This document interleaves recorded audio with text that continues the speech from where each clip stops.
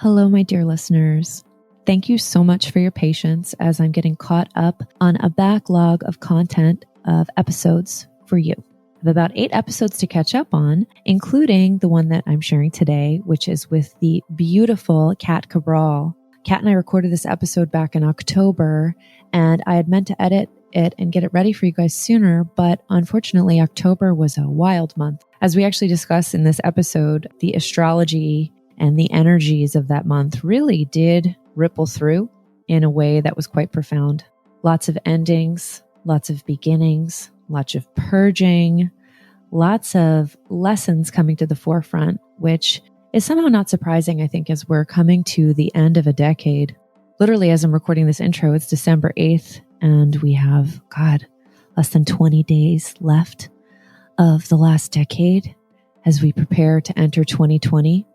It's no surprise that lessons have been speeding up because really, what do we want to carry over with Crystal Vision into the next decade? And what do we want to let go? The whole theme of a mentee is living with a feather heart. So I don't know if you've been experiencing this, but a lot of density has been coming to the forefront to be looked at, looked through, and let go so you can live with a heart that is light as a feather and move forward with love and magic. And speaking of love and magic, that's really the theme of what Kat and I discuss in this upcoming episode.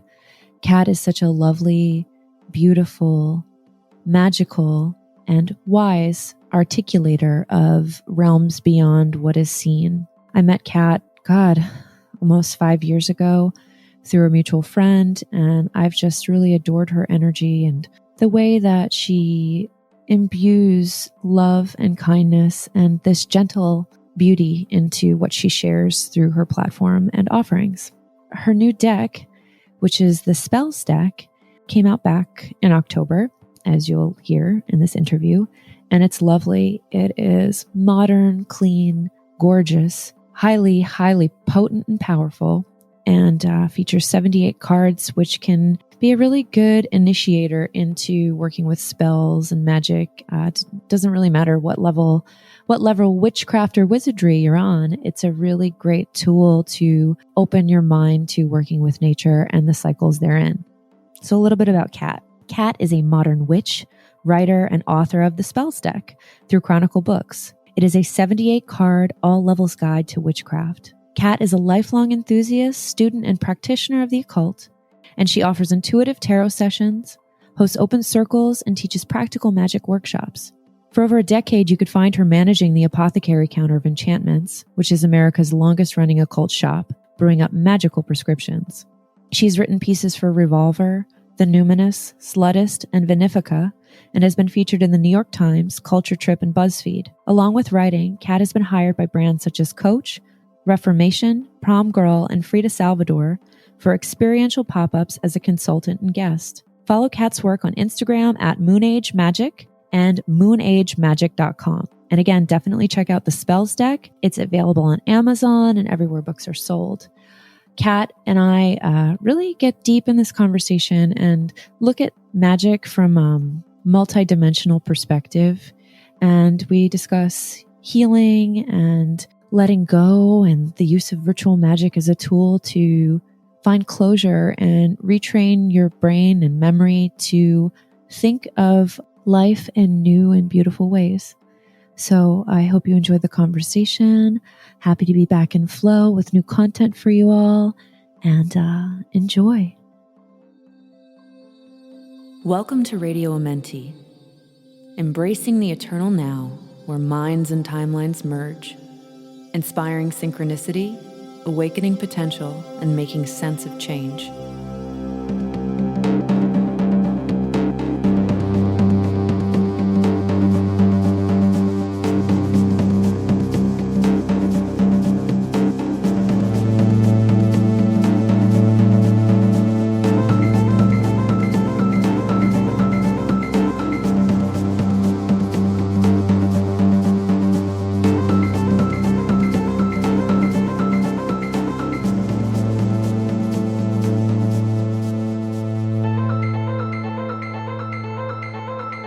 Before we started, you were talking about how lately we've kind of in some wacky astrology. Can you kind of elaborate a little more on that? Because as much as I love astrology, I'm still kind of an initiate into it. So I'm curious what's going on in the stars. Well, it's funny. I think because I was always a failure at math. I have kind of an astrology block. I think it can be intimidating to many people because of the angles and that kind of sort of thing. But I am a secret astrology nerd, and Pluto just went direct after being retrograde in Capricorn for quite some time. And now Mercury has entered Scorpio. And, we're in the season of the witch. It's October. Happy October. Yay. It's always the season of the witch, but, why not? Right. So Totally. the thing that I was really thinking about, and yesterday I woke up and I had this, kind of intensity where I had so many dreams. I couldn't remember them. Of course, in the middle of the night, I couldn't find a notepad or a pencil to write everything down. But the whole day, I felt like I was simultaneously feeling all of these past memories, fears, anxieties, but also simultaneously this overwhelming feeling of this is the time to just deal with it, just to let it go. And when I was looking at the astrology, I thought, oh, okay, Pluto really represents, generational changes. And it's Pluto. It's explosive. It's dark. It's the underworld. And Capricorn being, tradition, structure, success, all of these kind of pillars in our life, that we value. Things are, getting shaken up. And then Mercury now having entered Scorpio, Mercury loves to communicate, and Scorpio, they definitely hold their cards close to the vest, but they honor and respect truth, brutal truth. So, they know when is it the right time to kind of stay quiet and listen, and also when is it time you have to speak your truth. So I think this is going to be a powerful month. Yeah, it feels that way for sure.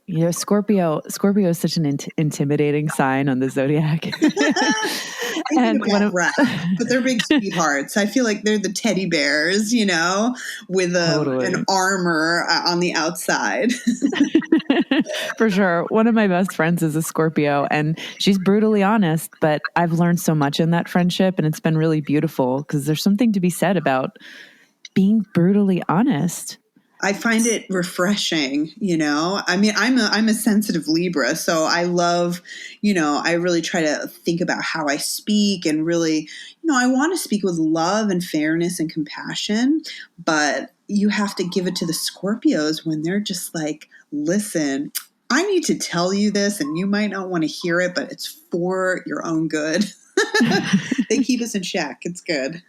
Totally. If you look at astrology as coming to understand the archetypes and elements of all of the gradients of being a human being, and things that we can look at to not only understand ourselves better, but the world around us better, sometimes, the more challenging aspects of being a human, looking at them directly and being like, okay, well, how can I further embody this, and how can it make my life better? I mean, there's value in that in such a profound way.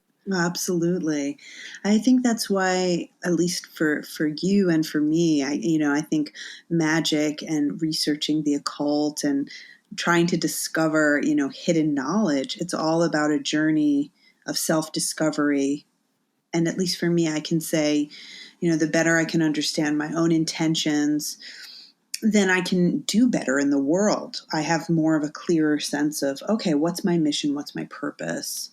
What am I really trying to do here? Sometimes we think we know what we're doing, but at least, in terms of my own witchcraft and practice, spells and, magic circles are fun and beautiful, but ultimately it's about attaining, your highest self, at least how I look at it. Completely. I love that. Well, speaking of all that, I'd love to know about your journey and how magic came into your life. And you've been practicing magic for the last 20 years. So what has that ride been like for you? And what was your kind of initiation into looking beyond the veil of the regular world? Ooh. Wow, 20 years. When I hear that out loud, I think, oh my gosh, where has the time gone? But yeah, it has been that long, maybe even longer.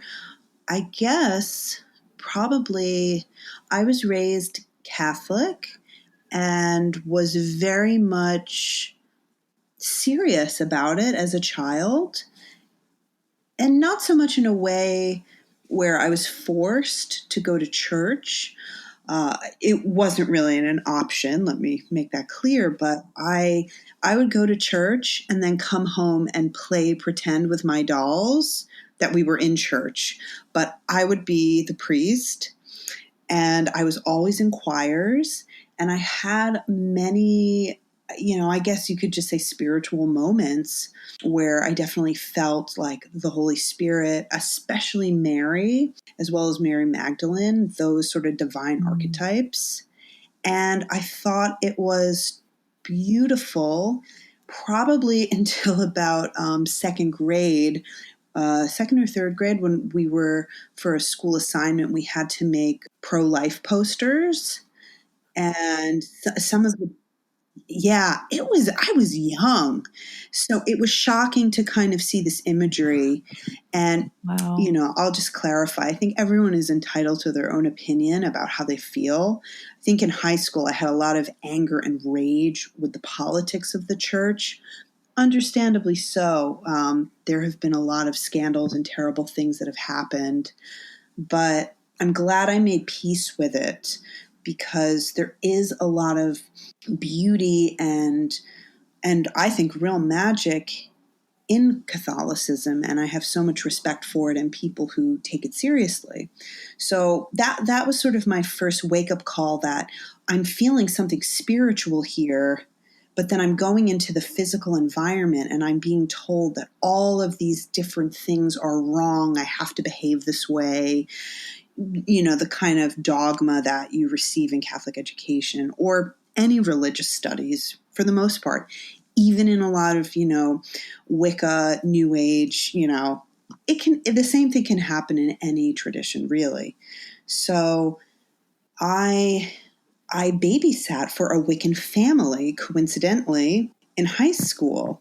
And I was like 13, 14, and really trying to find my place, because I missed the ritual of church, and I missed that kind of community. And then I met this incredible woman who, really, helped me tremendously just by showing me her bookshelf and also saying, "Don't tell your mom I gave you these books." you know and then I also found this really fun little magic store. I'm from Long Island, and it's undergone many different changes. I think it's called a Time for Karma now, but in the 90s it was Instant Karma. And that, along with the Wiccan family, it just, something clicked in me, and I thought, oh, I've always felt most, awake and alive when I'm out in nature. When I was a kid, I would play in my father's garden and make little altars on the beach. It was kind of a natural thing. And there was no conflict of interest in terms of Catholicism. So, yeah, it just kind of happened naturally. And then I started, building a little altar. I started practicing. And then when I was around 22, I ended up working at Enchantments, which is New York's oldest witchcraft store. And I ended up managing it for about 13 years. So it's interesting how life kind of throws you these unique opportunities. It was something I was interested in since childhood. And then I had a lot of crazy events, and I needed a job. And a friend of mine said, "You're into witchcraft, right?" And I was like, "I am." She was like, "Oh, you should talk to Enchantments. They might need some people." And she set up an interview, and immediately within the first month, I had clients telling me, almost word for word some of the recent situations that I had been through, trauma, some pretty rough moments. Word for word, they had the same experiences. And it was a powerful confrontation. And I thought, oh, wow, the universe is showing me this is where I need to be in order to heal. So that's a beautiful statement to have made too about your journey. Well, the thank fact you. that when your synchronicity leads you to a place that you never expected initially, and then you see all of these reflections in the cosmic mirror, right, of what you're going through and somebody else is going through, it serves as kind of like confirmation, like, okay, I'm getting warmer to my true path and purpose. As you were working at Enchantments and going deeper into this, incorporating more magic into your life, what was some of the big profound shifts in healing where you had those further confirmations that, oh wow, this actually works, this is changing my life and evolving my experience as a human? It was such a wild time because I think the one takeaway, well, the largest takeaway from my time there is how, as humans, we're not that different. And we really do have universal needs and desires. And just seeing how, yeah, that mirror effect would happen all the time, where you would, potentially be having to give, so mainly what I did was a lot of consultations as well as make the apothecary products.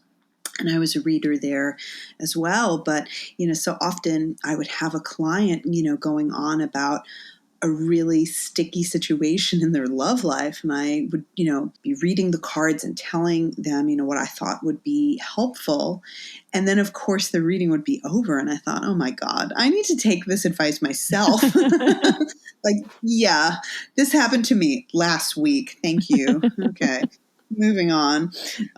It was such a daily event, but, I'm thinking, just, yeah, it wasn't really one major thing. It was just kind of like every day there were these little reminders. Some of them were larger than others, but I think also getting exposed to so many different types of magic and, the variety of ways you can be a witch or be a magical practitioner, whatever you want to call it. There's no, I feel really strongly there's no right or wrong way to practice magic.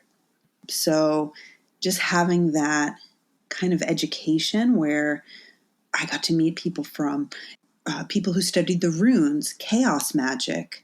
I got invited to many Santeria circles, voodoo practitioners, ceremonial magic, Wicca, heathenry, all kinds of different, anything that fits under the umbrella of modern paganism, you name it. I would meet someone and think, oh, wow, this is a really interesting expression of the divine. Yeah, it's wild too, because looking back to kind of origin points and your life journey, the fact that, growing up Catholic and having that kind of first initiation into the Holy Spirit and what that is. But, Catholicism is so much ritual. I mean, it's this complete sensory experience where you have the incense, you have the candles, you have the songs and everything. So it's kind of interesting because it's under the guise of this very powerful religion, but really it's its own form of magic as well. Yeah, I think, and I do magic circles now. I mean, I have for so many years, and I think it's really not that different. I haven't changed that much, I think, my mom was very much like, oh, what is this? But at this point, it's one of those things where I think because I have a much less antagonistic, approach or critique, and I hope I'm a lot more open and accepting. She's a lot more open and accepting of me, and I think that's something, meeting people, in the middle as much as you can when you're coming from a seemingly opposite place. We really need that now. Completely. Balance is so crucial, and being able to meet everyone where they're at lovingly without judgment and just finding how even though universals can become particulars, that it doesn't mean that one way is better or the way. There are many ways. Mm-hmm. Yeah. It's hard, I mean, we learn it every day. So it's a lifelong lesson. That's for sure. So in this path and process, I've spoken to so many different people about what being a witch means to them, and just claiming that word as a part of, the fractals of what make you you. What does being a witch for you mean, incorporating like this kind of consciousness into how you move through reality? I think the simplest way to explain it is, to me, being a witch is about bending with the energy of nature and bending, listening to the divine, as well as recognizing that I can weave my own power with these elements around me to grow. I think, witchcraft again is such a huge umbrella term, and it means something, different to different people. But I think recognizing that within all of the elements, within all of nature, we can see parts of ourselves, and working with that natural magic through spell work, through ritual, through meditation to help achieve whatever our goals and dreams are. It's just something that has been part of me for so long. Some witches are atheists. I am not. I do believe in some kind of higher power. At this point, I tend to just call it or refer to it as like divine spirit. I had been a solitary witch for many years. Then I was formally initiated into what's known as like British traditional witchcraft, Gardnerian Wicca. And I am a high priestess in that tradition.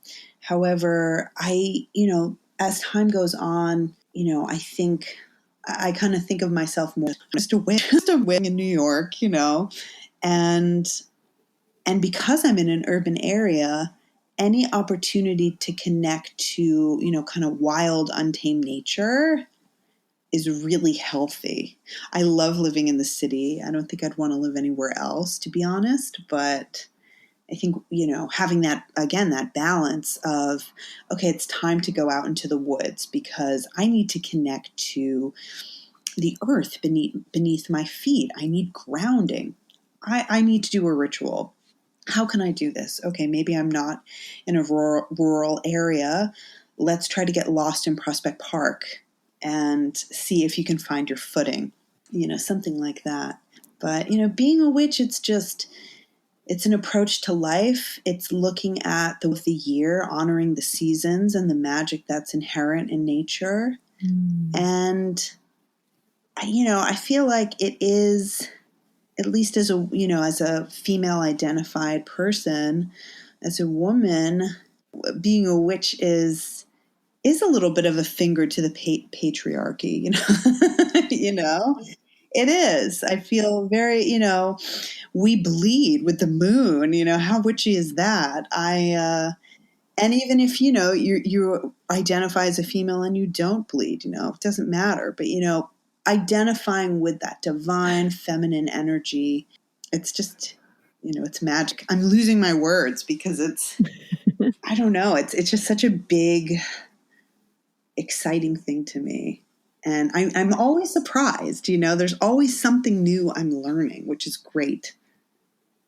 Well, I think what it does is it offers this expansiveness. When you think of femininity as the realm of consciousness, and it's this nonlinear, intuitive, imaginative, dreamy space to occupy time with, it just makes everything become that much more infinite and beautiful and incredible.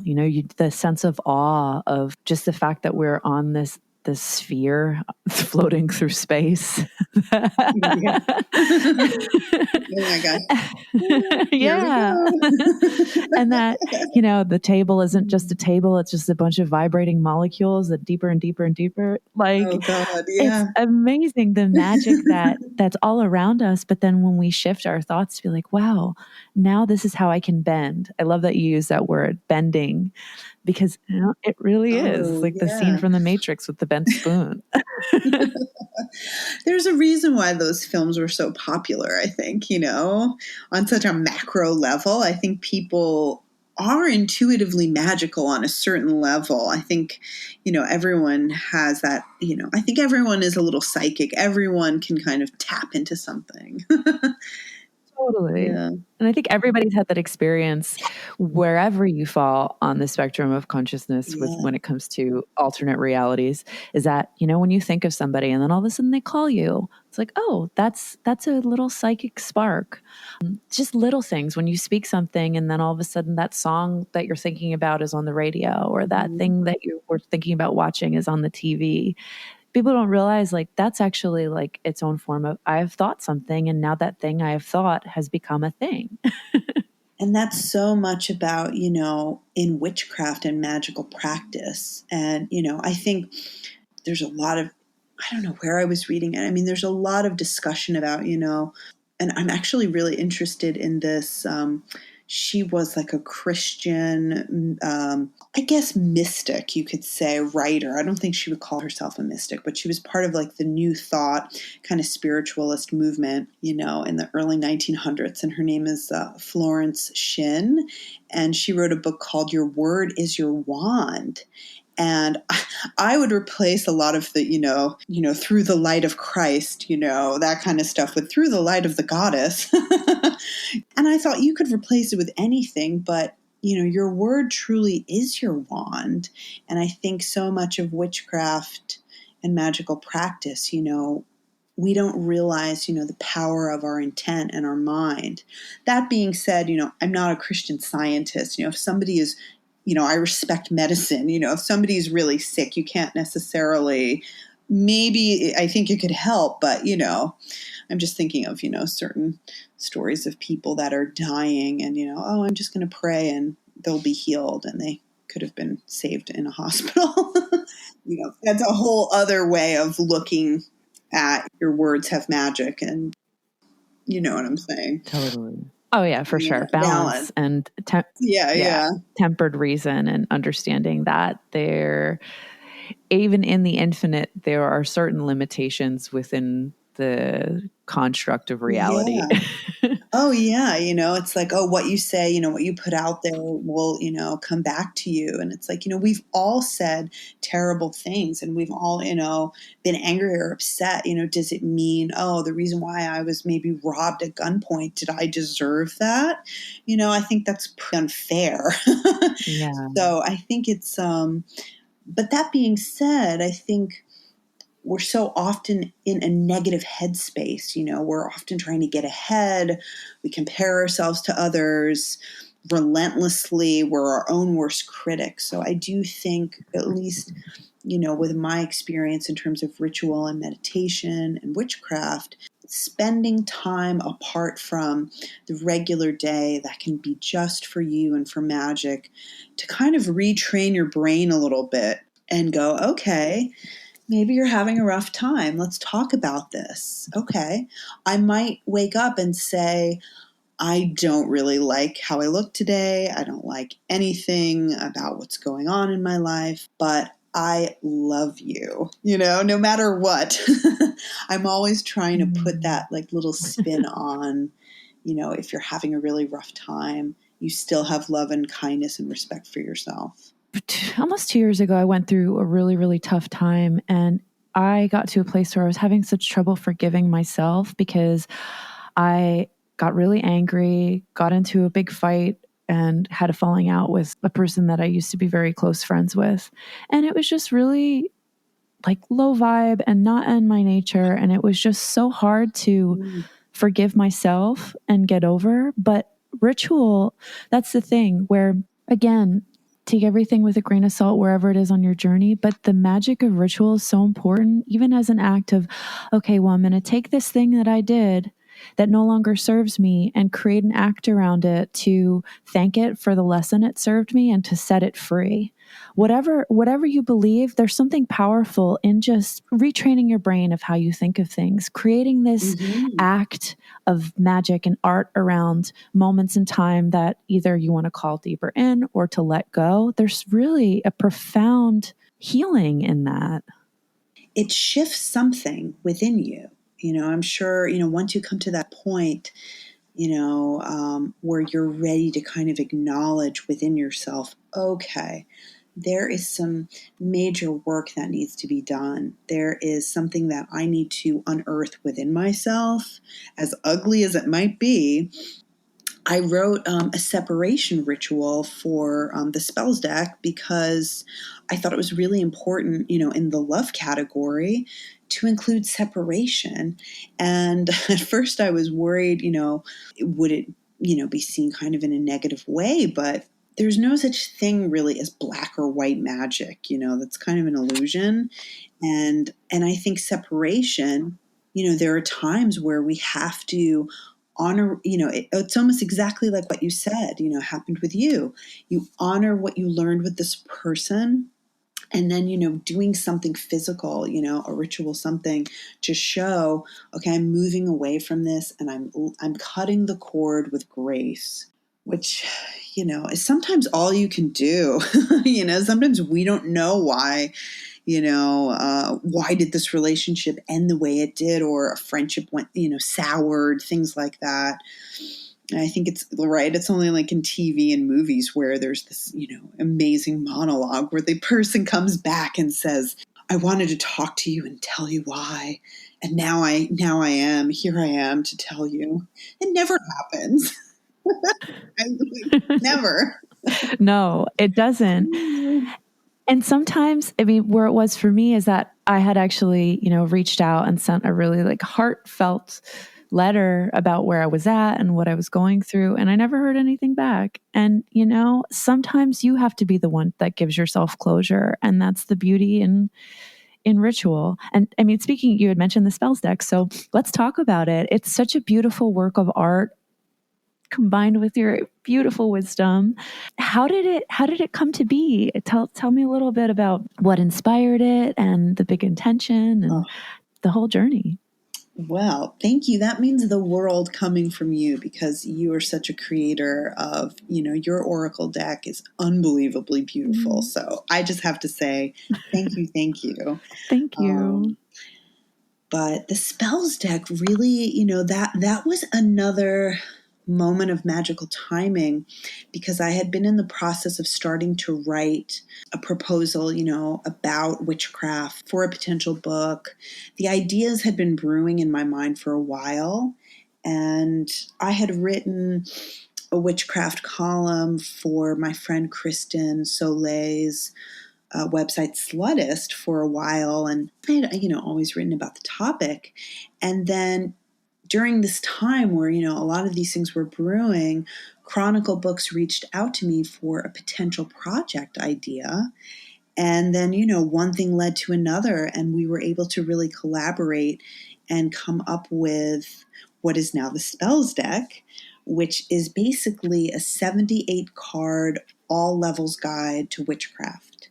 And it is 78 cards. It's not a tarot deck, but because I'm a tarot nerd, I like the fact that you can learn about witchcraft, learn how to do spells, and hopefully be inspired to create your own, by shuffling the deck, picking a card, or if there is something specific you have in mind, you can look through the booklet and see, okay, which category do I want to focus on?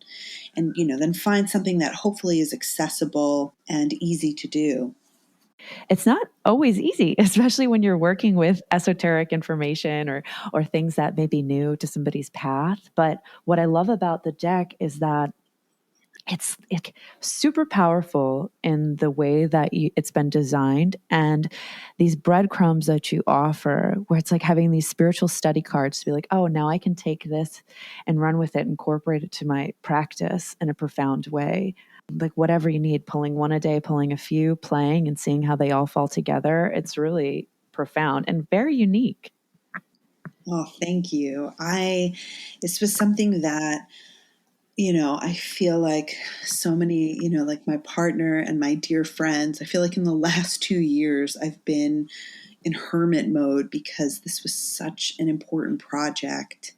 And it really taught me the lesson of discipline and saying no because I had to just really focus as a writer, on I really want to communicate, as much as I can in, what was it, maybe like 100 words on each card, less perhaps now that I'm looking at them, and really make sure that this was, my top priority and focus. So I have a whole new appreciation for people that write, especially write novels or, longer format content, because it's such, it's all consuming, but it was well worth it. And you're right. I think sometimes when you're trying to make something accessible, so in the deck, I really wanted there to be a small guidebook, and I'm really proud of it because I really had to kind of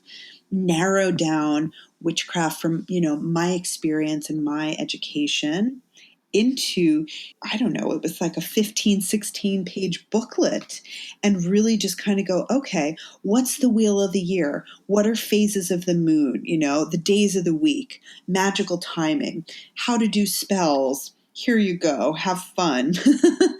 And because really, I'm surprised that I was never fired from enchantments, because as much as I enjoy buying all kinds of books and occult, accoutrements, at the end of the day, so much of magic is intuitive, and you don't necessarily need 20 different candles, and they have to be beeswax, and they must be, the color of blood, and you light it at the hour of the moon. Even though I am like that and I do those things, at the same time, your intuition, if it's telling you this is not the right time, listen to your intuition. That is going to be way more important than anything I say or anything anybody else says. I mean, our intuition is our natural instinct, right? And when we don't follow it or feel that, oh, maybe I'm wrong. I feel like I need to call more love into my life. Does it need to be Friday at this time? It's like, no, let's follow your heart and follow what feels best. Maybe certain days or times amplify, right? But it doesn't mean that it would be wrong if you did it on a Wednesday. Oh yeah. I mean, I think something that I've learned from especially being like initiated and trained in a type of Wicca that is, very there's lots of rules and, kind of passed down through oral tradition. This is the way these things are done. I have an appreciation for systems of magic, even ceremonial magic. I love doing the, pentagram rituals, the lesser banishing. I like the order of things. I think it's important as a framework. And that's often the complaint I hear. Not really, well, it's a complaint, but also a concern, I guess, for a lot of people that want to form, covens or groups or work magic, is that they don't feel, sometimes it's too loosey-goosey. How do I create a structure? So, I think I like having the frameworks in place. I look at the phases of the moon and try to think, okay, this would be a good time to do a spell. But yeah, if you wake up and you have the flu and you're just, you're feeling horrible, it's not going to work. It's not the right time. Yeah, I mean, and what do you? I'm curious your thoughts too. With retrogrades, because everybody, it's a mixed bag of what people will say. Like, don't sign contracts, don't do virtual work, don't do spells. How does that resonate for you? Where do you kind of feel about that notion?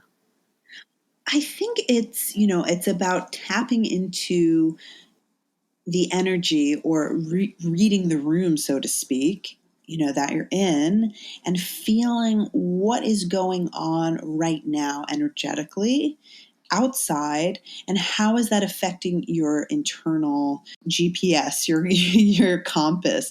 Are you feeling wonky? Are you like, I really don't know if I want to move into this apartment. I'm not sure, but I need to move, so I guess I should sign this contract. Could you slow it down a little bit, maybe? I think retrogrades are a period of review. And, we're going to have one October 31st. Happy Halloween, right? Wow. Yeah, I know. Oh my Halloween's God. going to be nuts. I can't wait. I mean, I think it's going to be really funny. But yeah, so it'll be, starting on, October 31st for, what is it? It's usually like a little less than a month, like a 3-week period.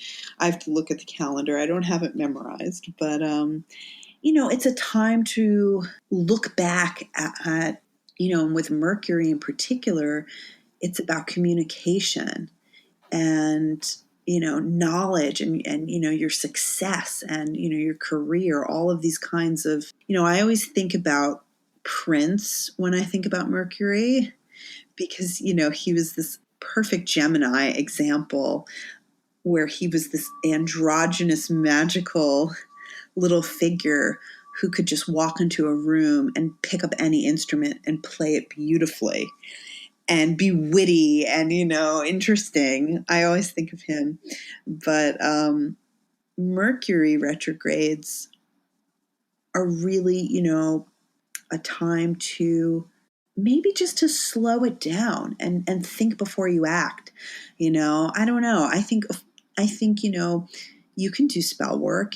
Sometimes you have to sign a contract. I mean, sometimes we just don't have the luxury. And also sometimes it borders on just putting too much power into some of these systems, which I think you can bend with.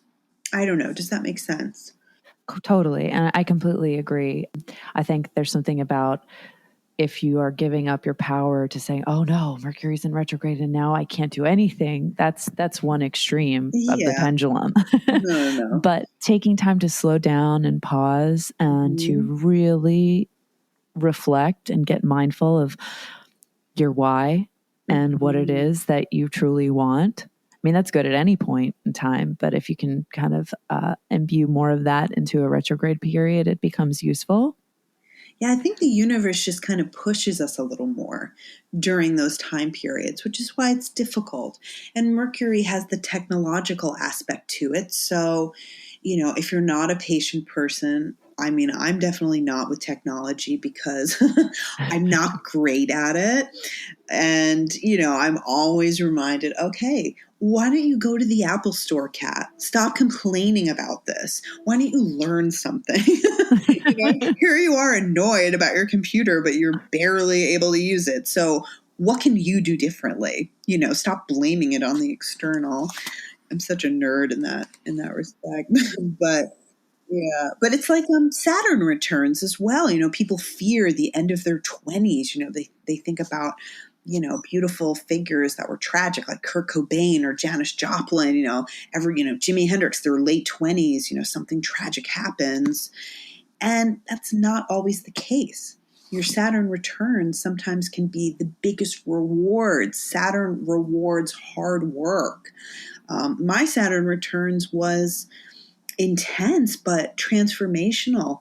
I feel like I really healed a lot of deep issues with my parents and my family, my identity. It was incredible. So read the room, read the energy. Well, I think it's important you mention that too, because I think we're so conditioned to avoid discomfort. We want to be comforted. We want to feel okay. We want to be healed with a period, but that's just not life. It's not. It's a No, continuous. no. That's why I love like the devil card or, I think, it's like you have to hang out in the underworld for a little bit, get to know your vices, understand your shadow side because you need it just as much as you need part of you that's striving for excellence. You have to understand, well, what gets in the way of that? What is, Yeah. What is your shadow side? You've got to hang out with it. It's important. Yeah, it's this thing that walks with you anytime, every day of your life. You know, if you ignore it, it's like even the shadow needs love too. Yes, absolutely. Funny. But yeah, I feel like, that's why that hermetic axiom of out of chaos comes order Oh, is yes. I love Oh, I that love that so too. much. Yeah. Because it is through chaos that we find order. It is through adversity that we learn. It is through darkness we find light. And having tools for the path is so important. I remember hearing once, like, meditation is when you allow God or spirit to speak to you. Prayer is when you speak to God or spirit. And then how would you say, like, kind of spell work factors into that too? So you look at all these different ways to kind of work with these energies. Like, what would be the kind of synthesis of them? Ooh, that's such a great question. I look at spell work kind of related to prayer in a certain way because I do feel like you are announcing to the universe, God, divinity, the goddess, whatever you want to call it, or however it appears to you. You're putting a signal out there that this is something, you're trying to bend the energy. This is something that I want to move in a new direction. And you're announcing it, you're trying to connect and draw down the divine within you. And you're almost announcing it, to yourself also. Like, okay, hey, I'm looking at one of my cards now, and it's part of the passion and creativity category, and it's Epona, and she's the Celtic and Roman patron goddess of horses and the cavalry. She represented, fertility, victory, freedom, and I have been thinking a lot about horses and just, horseback riding and, just this kind of freedom.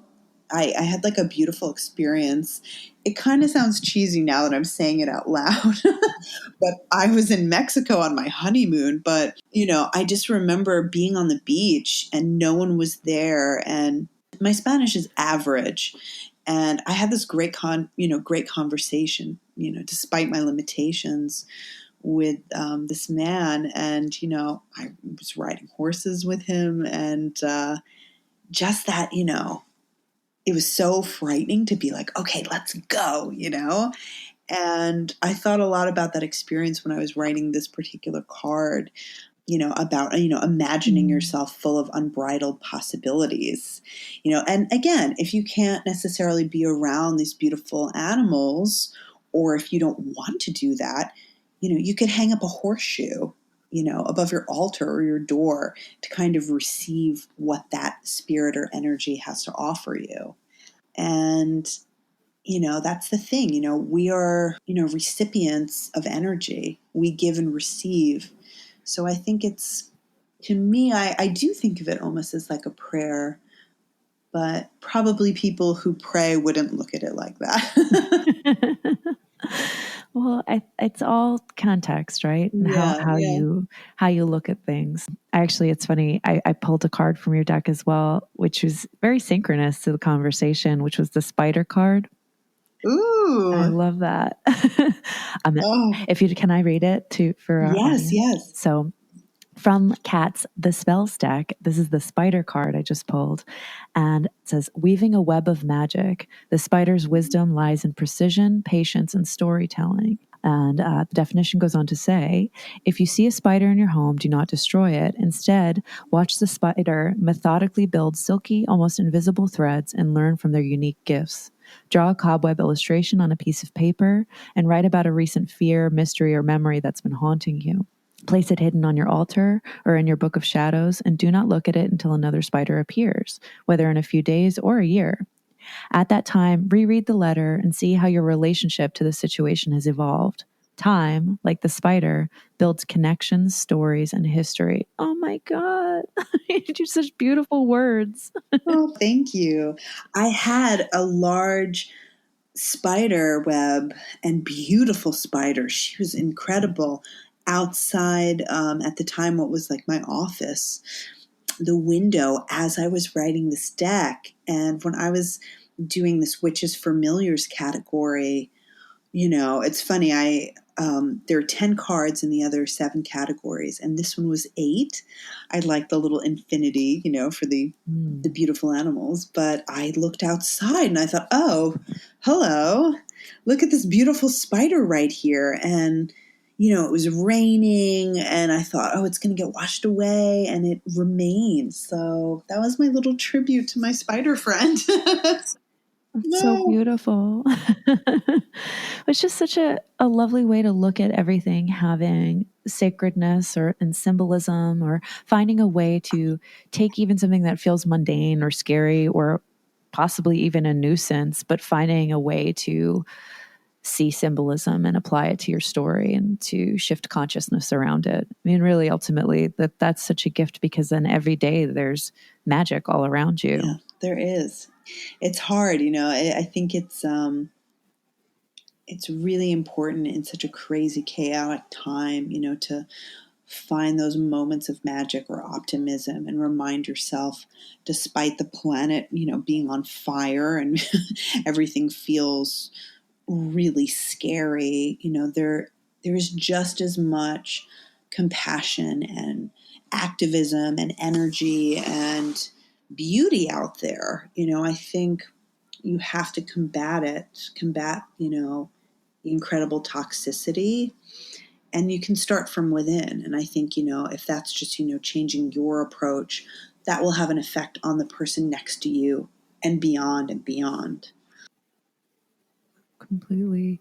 That's why the role of the creator is so important, and creating wisdom and works of art combined with wisdom, like the spells deck, but also being a creator, period. The fact that, when is your daughter due? Yay. Aw, thank you for asking. So she is due December 3rd, but I have a feeling it's probably going to be a few days earlier. So she may be here very late November. And Beautiful. that has been a wild ride, let me tell you. Do you mind talking about it a little bit? I'm always so curious. No, not at all. What's funny, and maybe other people will relate to this, I'm 7 months pregnant and there's still a part of me. It feels surreal, but it almost doesn't feel real. Like, oh, there's going to be this little crying baby that's going to be here next to my bed in a bassinet pretty soon. It's, it's a miracle of life. And I feel really lucky that, this little soul that we're going to connect, that we did connect, and this is going to happen. And then just watching her body change, I was thinking about like the maiden mother crone, the triple goddess kind of archetype, and being in the mother stage now, quite literally, it poses a lot of fear. I won't lie, it has not been easy. So I think in the last couple of months, I have definitely been looking at my practice and leaning in, because there's so much you can't control about this. Anything can happen, and I'm really, just trying to say, whatever happens will happen. Healthy, happy baby. That's all you can hope for.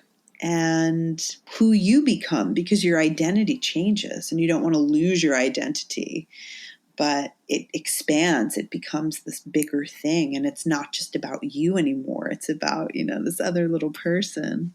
Oh. So I will keep you posted on how that goes. But I feel like it's such a wonderful thing that, think about everything that you've learned on your path, and all of the time that you've been alive, and your journey into practicing magic, and looking at it through this beautiful, unique, open lens of acceptance, and the fact that you're bringing the soul into this world, that you're going to be able to imbue this wisdom to and offer support through. That makes me excited about, well, it can be scary when you consider the future ahead. If you want to feed the idea of darkness and change in a radically negative way, but if you think, wow, we can actively create our future by not only what we're creating as artists and writers and practitioners, but the life that we're bringing into the world and the new consciousness that's emerging. I find hope in that. And I think it's a really inspiring thing to consider, a new generation of life coming in that can have this level of consciousness. I mean, what a gift that she's going to be able to have you as a mom. It's beautiful. It's the kindest thing. And I think, the next generations, I think people look down. They're like, oh, these millennials and people, they're just on their phones and blah, blah, blah. And it's like, you sound old. I mean, I'm guilty of it. Absolutely. But I think it's easy to get stuck, oh, well, when I was a teenager, this was so cool. And then we start sounding like our parents. And it's like, oh, whoa, wait a minute. That's kind of frightening. Each generation has something unique to offer to teach, the next generation and to teach the older generation. So, I'm excited to see, who she's going to be. And, especially like with the climate marches, I mean, these young activists are incredible. I mean, there's so much energy and vitality going on right now that I really bow down to their power to mobilize and their enthusiasm. I mean, it's really, there's a lot out there, and my hat's off to the younger generation because, this is their planet and they're going to inherit all of the problems that we've created and our, ancestors have participated in. So yeah, youth is power and we should support them. I agree. Yeah. So for our listeners and everybody that's been tuning in, so what's next? I know coming up pretty soon, you're going to have your official launch party for the deck, but what else is on the horizon? Oh, yes. So the Spells Deck release party is going to be Friday, October 18th at Catland Books in Brooklyn. It's free and open to the public. You just have to RSVP. It's not the largest space, so if you don't RSVP, I don't know if you'll be able to come. That's going to be really exciting. I'm going to do a ritual, and then we're going to just have some snacks and hang out. And then for Samhain, which is also more popularly known as Halloween, I'm doing a magic circle October 27th, I believe. Yes, it's a Sunday at Black Iris Tattoo. And that is something that I did last year, and we had almost 20 people. It was an incredible gathering, honoring ancestors and, doing, a big cleansing ritual. Samhain is often referred to as the Witch's New Year, and that's really because the Celts, it was their New Year's Eve. So that's how that kind of got translated over time. So and those are, the next events coming up. And yeah, I mean, I'm writing and, I'd love to do another project. We'll see what happens on the horizon, but I will be out of commission most likely in December and January and being with the babes. So yeah, this time of year, it feels like, okay, I'm winding down and already starting to look back at, how incredible this past year to 2 years has been. I feel so grateful, unbelievably grateful. This deck is just so beautiful and profound, and you're just such a gorgeous being, and the way you articulate this is just so lovely. So thank you, Kat. It's good to be alive every day. We have our bad days, and my life is definitely much more privileged and lucky than a lot of other people. I acknowledge that, but we all feel pain universally, and I'm really, really grateful that I am conscious and able to, be grateful for what I have, because I feel like I have so much. So I hope I can give back to as many people as possible. And it's been wonderful chatting. And yeah, we should definitely, I'd love to do another podcast post motherhood. I feel like that would be like an amazing exploration. Oh, thank you. You're the sweetest. Oh, yeah. Oh, wow. Yeah, here we go. It'll be, I can't even imagine it, it's transformative, Here we go. We'll see. And I'm going to have a wild Sagittarius. She's already kicking up a storm. And who knows? Yeah. Yeah. Oh my Time will God. tell. Yeah. Thank you so much for joining me, Kat. Oh, thank you, Jen.